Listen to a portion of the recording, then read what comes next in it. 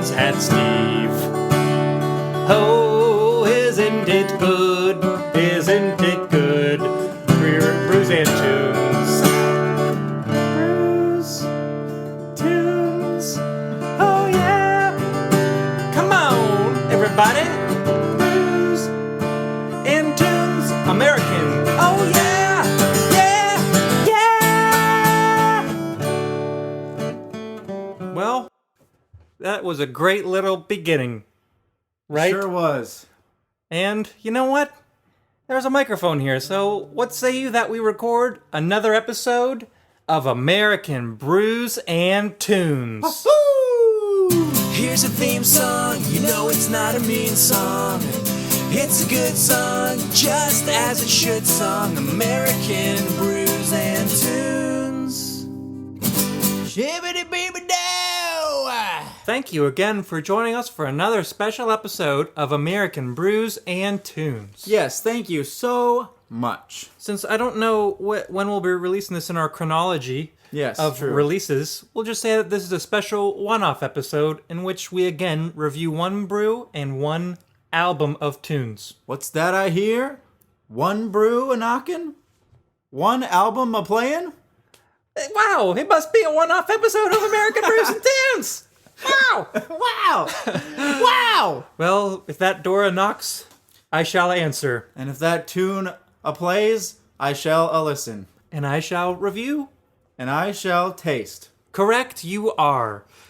So, what is this one brew that we're having that seems to be knocking? Hello? Who's there? It's me. Oh wait, we better open the door. Oh, hello, Three Beans. Yes, it is I, Three Beans, from Sixpoint Brewing.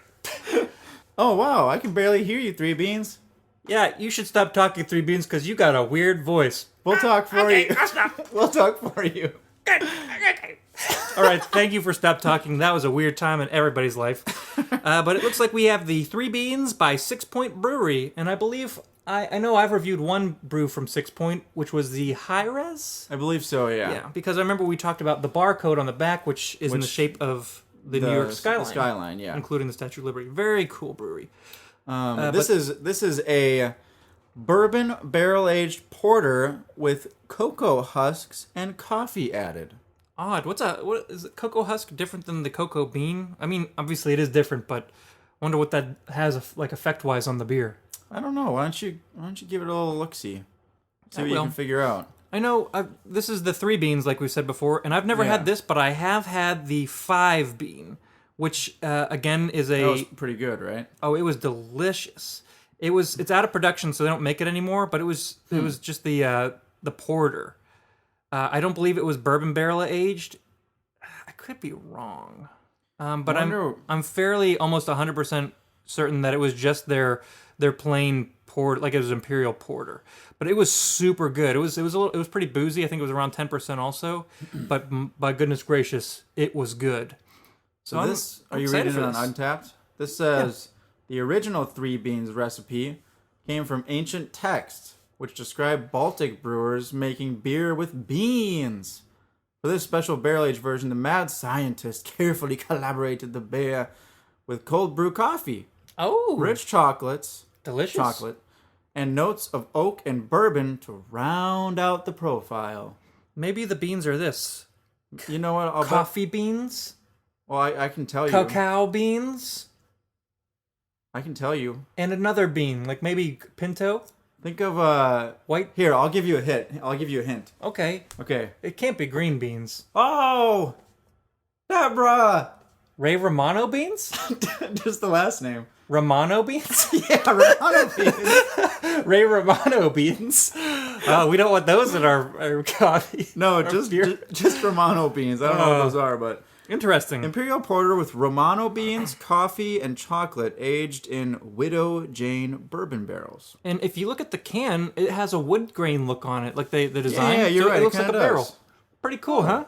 That's interesting. Very cool. But this will be a good brew to have while we review the tunes. Yeah, we'll review the tunes. And I guess we might as well say what the tune is right now before we try the beer. It's a band that's a little obscure, I think. Yeah, not many people know them very, very well. The Beatles. The Beatles, yes. Yes. Oh, is that kind of a play on Atlas? Yes. B Atlas. The Atlas Shrugged. Now, we Josh. It's the Beatles. Oh, what's that? Oh, yeah. Rubber Soul. Beatles, Rubber Soul. the album Rubber Soul. What a grand album, but we will touch on that in a second. And if you are a music aficionado, then maybe by what song you heard before the theme song, you could have guessed what album we'd be reviewing. Yes, this is very true. And it wasn't... I changed the lyrics. Sorry. Yeah, sorry, Beatles. Sorry, not sorry. But a little sorry. We are having these in cans, Yes. which is the tradition of Sixpoint. I believe all of their brews are in these Red Bull shaped cans. Yes, skinny, the tall skinny, cans. the skinny boys. Yeah. So let's say we give it a crack and Yeah, give it a little try. I'd say that we should give it a little crickety crack and trickety try. Crickety crack, pippity pour, trippity try. Crickety crack, pippity pour into my glass. Yeah, and it's kind of interesting to have a bourbon barrel aged porter. Usually, Because it's most of the times the stout have had the bourbon barrel. I've had bourbon barrel aged IPAs, which is kind of odd. Like the Dogfish Head Barton Fink, whatever that is, Barton Barrel or Barton something or other. Barton Breton. Yeah. Barton And Breton. Goose Island has the Bourbon County, Brand stout. not the stout, the barley wine. So that's a barley wine aged in bourbon barrels. Yeah, that was an But a interesting porter is a one. little different, even though porters are similar to stouts. It's just a More usually similar, lighter version more of a stout similar almost. than like a barley wine aged in it. You know, so this probably won't be too far away from a normal bourbon barrel. Yeah. Bourbon barrel. And it is a 10% porter, so why is it different than a stout? Because generally stouts are heavier porters. Okay, so porters were in existence before stouts, I believe. I believe so, yeah. And then they made stout porters. Stout was the descriptor of the porter. Yeah. Until it eventually became its own style called the stout. So essentially, the stout's a heavier porter. Yeah. So I'm predicting it's probably going to be a... it's probably I mean, from what you just described, I'm assuming that it's just going to be a lighter mouthfeel than a stout would be. Yeah. Or But it's coming just in gonna have- bourbon barrel aged and at 10.1%, I think it's still going to taste like a stout. Yeah. We'll see if we can differentiate. But let's give it the old everybody's favorite catchphrase. Yep. Not crack our glasses. Yeah. And try the brewskis. Alrighty. Shibbity-beep-a-doo!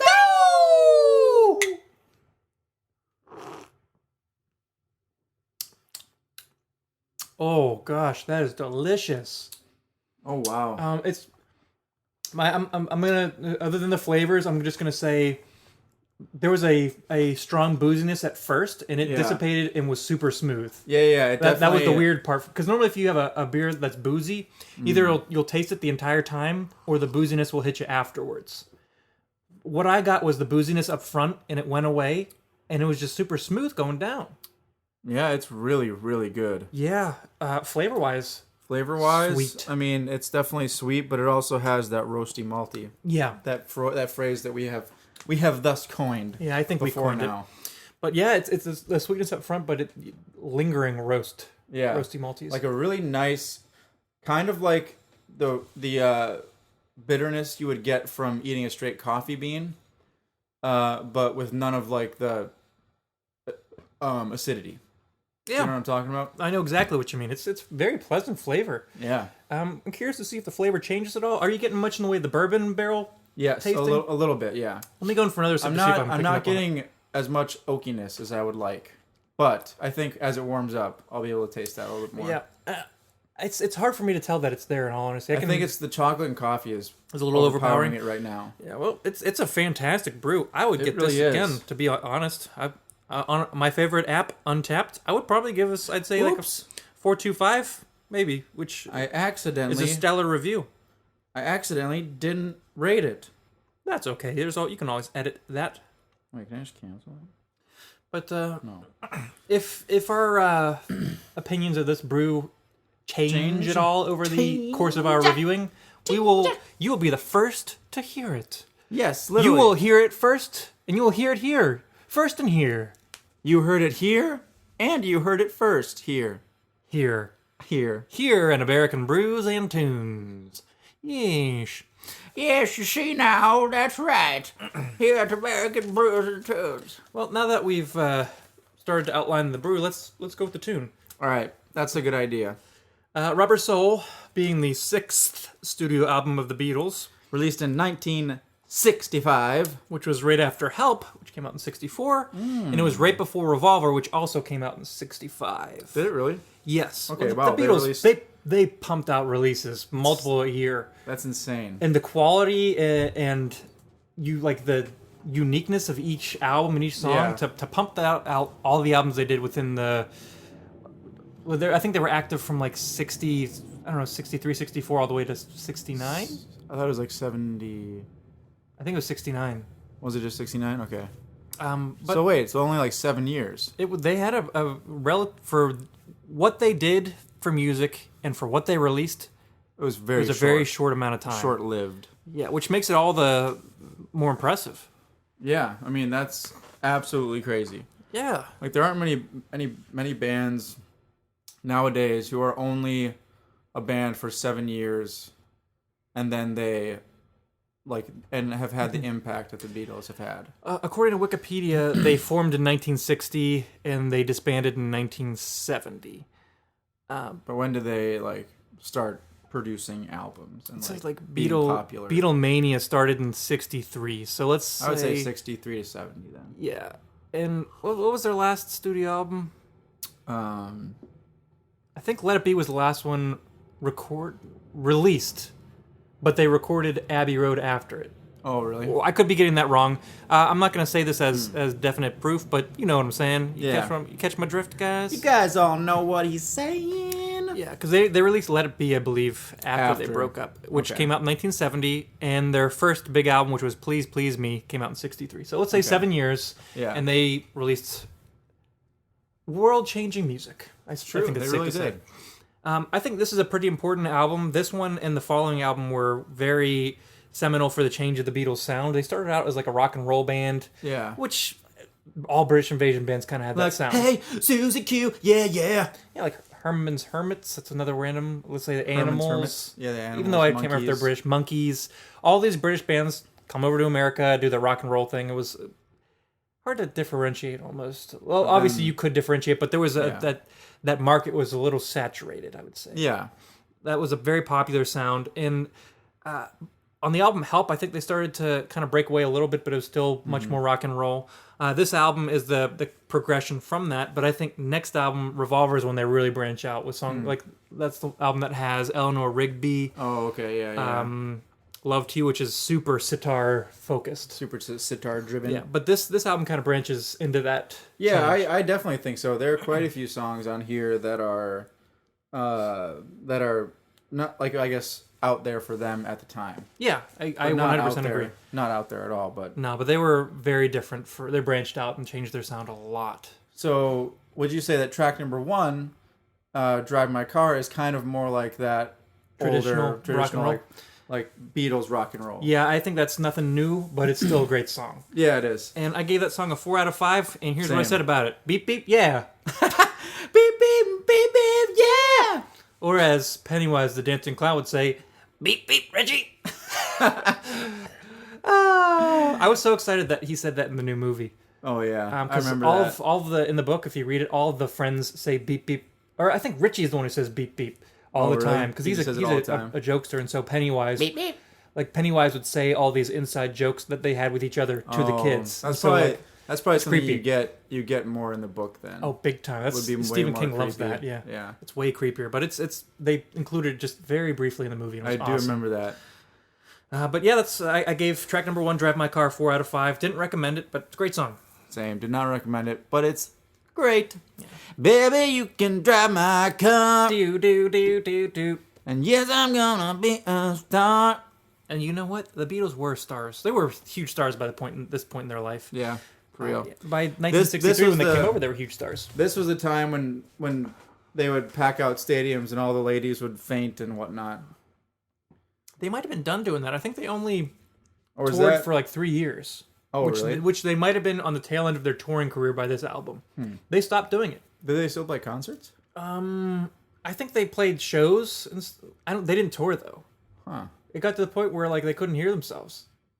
I suppose in that time period. Yeah, girls were just crazier back then, screaming and whatnot. Those you know, back in the 60s, as we know, Yeah. ladies would just scream Yeah, for some reason. from a biological view, we know that the woman voice box has shrunken in the past 40 years. It has become The capacity for screaming has shrunk. yeah, and so that's why you never get ladies who are always screaming at bands anymore. Not to the level of the Beatles, at least, because they just, Yeah. they just All can't. their voice boxes were about to burst, and so natural selection and evolution was like, whoa, we need to slow down here. Let's make these voice boxes smaller. Yeah. So thanks, Beatles. Yeah, thanks, I Beatles. guess. You really changed the world in more ways than just music. Yeah. On to song number 2, which I gave a 5 out of 5. I didn't recommend, but I gave an honorable mention. Yeah. As you can see, I was about to recommend it, but then I was like, no. Yeah. And But then I still had to give it 5 out of 5 because it's a fantastic song. It's called Norwegian Wood, which is what you heard us playing at the very beginning. Yes, not very well or correctly, but Yeah, but it's got a great guitar line that's doubled by the sitar. I mean, it's so and doubled by the and the melody. vocals, the vocals, yeah. verses. But it's great.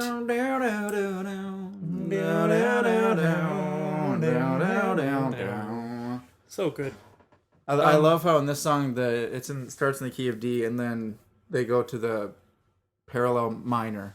They just have for In the those of you who chorus. don't know what a parallel minor is, they change keys. Well, so the first chord is a D, and then during the chorus when it's like she asked me to stay in a D minor. Yeah, it starts on D minor. Yeah. So essentially, parallel minor meaning both chords are D, but one of them is minor. But it's a really cool key shift, and they come Yeah, back. very cool. I read that John Lennon said that this song is about an affair he was having. And he said he wanted to write it in a sophisticated way. Makes sense. Quite a few double entendres in the song. A little suggestive if you check out the lyrics. Yeah. But it's sure. a great song. Song number 3, I gave it 5 out of 5, and I recommend it. Oh, It's called You Won't See Me. see, there were And you won't see Jesse recommend this song. no, you won't. But obviously, I think all it's these songs are great. They are, but I think this song's pretty simple. Like, it's a simple poppy Yeah. rock and roll song. But You it's so won't catchy. see me. You won't see me. And like the first line is, when I call you up, your line's engaged. Yeah. When I hear your line's engaged, that's when I remember, oh yeah, they're British. And then you remember, oh yeah, people used to have home lines. But even, that's like, engaged is like a busy signal. Yeah. And you hear that, remember in Shaun of the Dead when they're trying to call the ambulances? And it's, oh, the line's engaged. Oh, the police are engaged. And your line's engaged. Yeah, but I always think it's a funny way to say it. But it's such a catchy song. It really is. I think lyrically, it's about him trying to get in touch with an ex, but she won't see him, obviously. Yeah. She won't return his calls, whatever. You won't see me. But one of my favorite parts is in one of the later verses when there's the two backing melodies that do that. Ooh la la la, ooh la la la, Yeah. ooh la. Oh yeah, that chord. Yeah. Ooh la la la, ooh la. But they've Yep. got the two people doing harmonies. It just sounds really cool. Yeah. It's a simple songwriting technique that was very popular in like the rock and roll pop 50s, 60s. But Yeah. it works for a reason, and it really works in this song. Super danceable song, but I love it. It's great. It's great. Now, on to track number 4, Nowhere Man. I gave it a 5 out of 5, and I honorable mentioned it. I recommended it Oh, interesting. because it kind of goes away from the general theme of most of the other songs on the album. It's not about a girl. Yeah, it's not about a girl. It's very different. Yeah. It starts a cappella. What are the first words again? He's a real nowhere man, sitting in his nowhere land, making all his nowhere plans for nobody. It's so good. Yeah. I read that John Lennon said that he like couldn't think of like to write anything. He was coming up with no idea, so he just like was gibberishing, and this kind of came out in one breath. Really? Yeah. And it turns out it's awesome. Yeah, it's great because it describes a complacent man who Doesn't have a point of view. who doesn't. Yeah. Knows not where he's going or where he's going He's to. as blind as he can be. Just sees what he wants to see. Yeah. But I think it kind of hits home for a lot of people probably because one of the other lines is saying that like the world is at his command, but he's still just a nowhere man. You know, so he's like, he has all these opportunities to do stuff, but then he's just like, nah, la la la la la, nowhere for me. yeah. Did you ever see the movie Yellow Submarine, the animated Beatles movie? No, I never did. The Nowhere Man is actually in the movie. Really? Yeah, he's a character. What does he wear? A suit and top hat? I don't really remember. It's been a long time, and it's kind of a dumb movie. It's fun to watch, but it's dumb. The Beatles don't even voice themselves. Oh, really? But on purpose. Like, That's weird. they actually make a live action appearance at the very end. Did they produce it? I think so. Really? They were involved. They just didn't voice themselves. It's weird. I didn't understand why, but it's all right. It's worth a watch at least once. That's weird. Next song? Yes. It's called Think For Yourself. It's track number 5. I gave it 4 out of 5. Didn't recommend. 4 out of 5. Did not recommend. I said there was a cool organ sound because it almost sounded like a distorted guitar, but I'm fairly positive it was an organ. You think it's an organ? I think so. I thought it was a distorted guitar. That's what I thought at first, and then listening to how it was being played, it sounded like it was an organ. Oh, okay. We'll give it another listen and maybe look up some things. You could be right. But it's nice to hear George sing lead for a change. He doesn't get that many, but when he does, it's always fun. Number 5 is The Word. I gave it... track number 6 is called The Word. The Word. I Yep. gave it a 5 out of 5, but I didn't recommend or honorable mention. I just think it's a great song. Yeah, it is. And you know what The Word is? I love. The word is love. You don't have to guess that because they say the word is love. Yeah. Have you heard the word is love? Have you heard the word's love? Have you heard? Have you heard? Wait, what is... That's John, right? John, have you heard? Then I'm John. Then what's Paul sound like? Oh, I'm Paul. Oh, I'm Paul McCartney. I'm John. So... Have you heard the word's love? Wait, what are you talking about, John? The word's love. Oh, the word? Oh, I'm Ringo. I'm Ringo. Oh, I got a funny nose. Everybody loves the drummer. Let's stop the voice of the Beatles. We could go on forever with this. For hours. Oh, I'm from Liverpool. Liverpool, whatever they call themselves. Liverpudlians. It's weird. Liverpoolians. You didn't recommend The Word, did you? No, it's a great song, though. Number 7 is called Michelle, or as they say, Michelle. Michelle. I gave it 3.75 out of 5. I got a 4 out of 5. At first I was thinking this is a really different sounding song, but then I thought about it a little bit more, and it sounded like something you'd probably hear in the 50s, to be honest. Yeah, it's kind of It more... doesn't sound too foreign. It's kind of more, like a 50s love ballad. Yeah, it's like more jazzy. Yeah. It's a nice change of pace, though, and there's some French in the song. French, yeah. Yeah. I didn't go and translate it. Michel, ma belle. Très bien ensemble, très bien ensemble. Sacré bleu. But I do like that part where they're like, I love you, I love you, I love you. Yeah, it's pretty cool. It's not my favorite song, but it's a really cool change of pace, and I still like it. Yeah, I think it's a great change of pace. I think Which the next is song's a also- change of pace. Oh. Big time, number 8, which is called What Goes On. And What the only goes on in your mind? only thing I wrote is Country Ringo. Well, it's kind of, what I said was it kind of sounds like rockabilly. Yeah, like folky rockabilly. It's Yeah. got a bit of a country feel. And I recommended the song. I didn't, but I gave it 4.5 out of 5 because I really like It's it. great. Yeah, I think it's a great song. It's super about big change It's of about a pace. girl, Well, but most of their you know, songs are. and about how she makes decisions, and she wants to know what goes, or he wants to know what goes on in her heart and Yeah. her mind that influence those decisions. It's always pleasant to hear Ringo sing. Well, I don't know if it's pleasant, but it's pleasant. It's It's refreshing, I'd say. A nice little change, but I like Ringo's voice. He's not a really great singer, but he's fun. He's fun though. I like Ringo a lot. Anything else to say about that one? Nope. Fair enough. The next song, I think, which is another change of pace, is called Yes. Girl. I gave it a 4.5, or just 4 out of 5. Yeah, same. I gave 4 out of It 5. almost had like Russian-sounding melody in the verse. Is there anybody going to listen to my story? Yeah. All about the girl who came to stay. Would that be a melodic minor scale, maybe? All about the girl who came to stay. Maybe. It's a weird Some type of minor. weird scale that they have in there that makes what Maybe it's I would say sounds Russian. Maybe it's a Dorian scale. Could be. It's goofy, whatever it is, but it sounds cool. And then it's got a super pleasant chorus. But that's all I have to say about that one. Girl. You have anything else to say about that one? Nope. Well, song number 10 is called I'm Looking Through You. I gave it 5 out of 5, and I recommended. I gave it 4 out of 5. and gave it a an honorable mention. Well, I recommended it. Where did you go? You know? Oh, I do. This song is great, though. I'm looking through you. Where did you go? Mm-hmm. I thought I knew you. What did I know? And then You don't look different, but you have changed. you're I'm not looking the through you.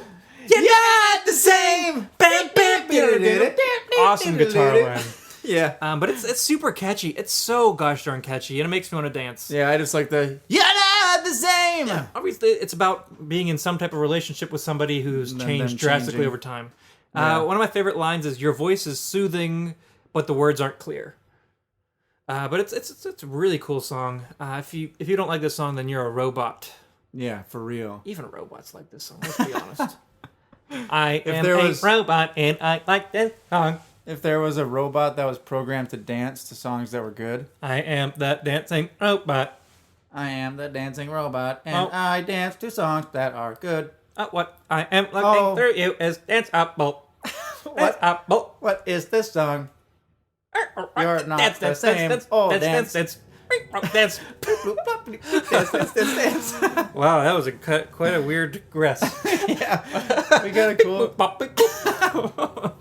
It'd be kind of cool if there was a robot that only danced to good music.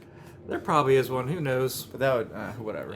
Yeah. Song number 11, To the next song. which I recommended. Same here. 5 out of 5. It's called "In My Life." In my life. It's my last recommendation as well. Same here. It's a slower song than some of the past ones. Yeah. But it makes me want to sway with a lighter in my hand at a concert. Yeah. Do do do do do do. It's even from the beginning. It's just so Yep. pleasant sounding. It's really nice. I think it's about his. I was having a hard time trying to determine whether it's about his love for a girl or a person or maybe a thing. I don't Or really a know, place. because he's referring to all the people, places, and things in his life that have changed, come and gone, yeah, that he or, has or aren't experienced there in the anymore. past, or But something has remained the same, and he continues to love it more and more. Whether that's a Yeah. person or a place or a thing, I don't really know. yeah, He probably had something in mind. I don't know. yeah, But it's the line that the hook, I guess you would say, is, "In my life, I love you more. Why did you start so high? In my life, I love you more." Yeah, But the cool part is in the latter portion of the the song, instrumental part. portion. There's a keyboard solo which sounds like a harpsichord, It's, which I always thought was a harpsichord. No, I figured it out today. But do you remember in our music history class when we had to give papers, and one of our classmates named Jordan, he gave a speech on, I believe he called it like neo-classicism, Yeah. where new pop music would incorporate Oh yeah, he talked about elements Vampire of Weekend classical elements or elements from Baroque, and he cited this song and saying that they want to have a harpsichord type sound, but he said they didn't actually use a harpsichord; they used a piano that they manipulated Yeah. the speed to make it sound different. He recorded the piano at half. They turned the actual song, which was all recorded except for the instrumental part. Mm-hmm. They turned the speed of that to half, and he played piano at the normal speed that he would play it, and then they just sped it up to match the song. And it sounds so cool. Yeah, it definitely sounds very cool. Yeah. You think it sounds like Not a a harpsichord, but harpsichord. when you listen to it a little closer, like it does sound a little odd. Yeah, But it's just but awesome that they did it's that. in like the Baroque style. Yeah. I think he wrote it in style of Bach, right? Yes. And you know who they is say, it? if it ain't Baroque, then don't fix it. Thanks, Disney, for that joke. No, thanks, Steven, for that joke. I just told it. No, that was in Beauty and the Beast. I just invented it. No, you didn't. I didn't. Anyways, you got anything else to say about this awesome song? No. Me neither, but It's great. a fantastic song, though. It is. In my life, I love you more. Do do Do do do do. But that burp was not part of the song, but regardless. The last three songs I can go through pretty quickly, I think. Yeah, same here. Number 12 is called Wait, Wait, which I actually think is the most boring song on the album. Same. I don't dislike it. I It's gave it 3 out of 5. same here, actually, which is my lowest rating on the album. Same here. It's still a good song. It doesn't do as much for me as the other ones do. Same here, man. Song number 13, I forgot to give a rating, but I'll just go on a limb and say 4 out of 5. Okay. It's George again. It's got a really cool guitar intro. That's what I gave it 4 out of 5 as well. It's a good song, but I like the next song, which is The song's number funny. 14, called "Run for Your Life." I gave it 4.5 out of 5. It's much faster. They kind of ended on the same tone as they began the album. Fun and rock and roll, and nothing like. How does it go? How does the chorus go again? You better run for your life if you can, little girl. Run for your life if you can, and that's the sound. Little girl. Yes, how's the verse start? Said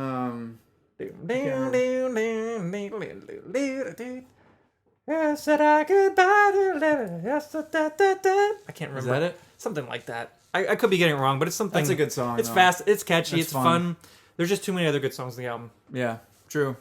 And that's why we recommended those other songs.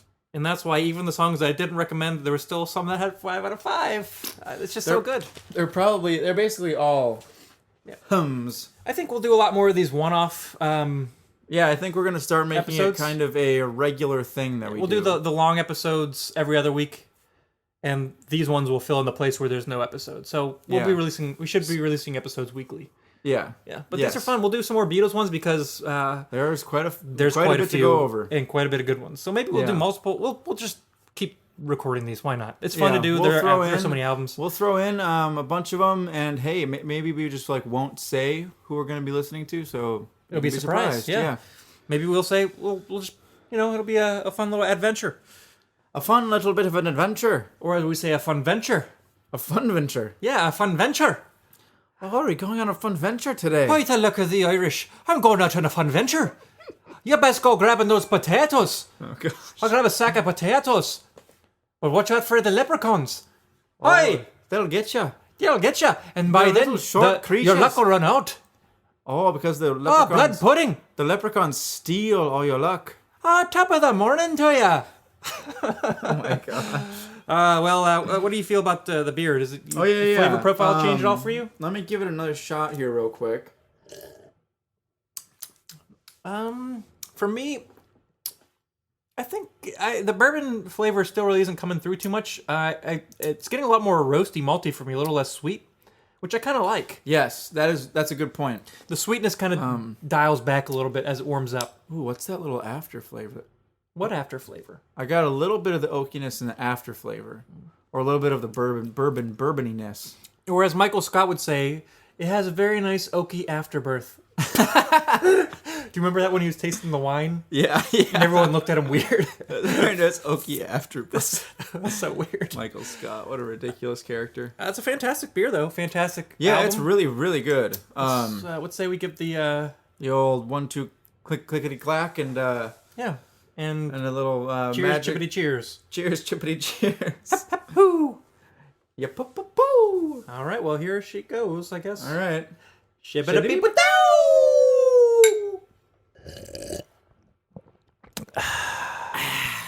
That was delicious. What a great episode. That was great. Again, we don't know when we're going to be releasing this one, so who knows what the next episode is. It could be the new year. Yeah, it could be the new year. Or maybe you'll be Happy New Year! Happy New Year and Merry Christmas! Or if it's still Christmas, Merry Christmas! Or if nothing has happened yet, or if it's coming up soon! If it's the 30th of December, Happy 30th of December! Or if it's the 22nd? No, we need to stop. Let's stop guessing. Thanks for joining us. We'll have a new episode next week, whether that's going to be the David Bowie episode or the different if it's one. Going to be a new one. Who knows? Or another one-off one, maybe. You'll find out. Once again, my name is Steven Johnston. And my name... Did we ever do that at the beginning? I don't really know, but... I don't think we did. Well, for the first time in this episode, my name is Steven Johnston. And my name is Jesse Titus. And whether there are spaces in between our names or not, this is American Brews and Tunes. Cheers, everybody. Here's a theme song, you know it's not a mean song. It's a good song, just as it should song. American Brews and Tunes. Shibbity baby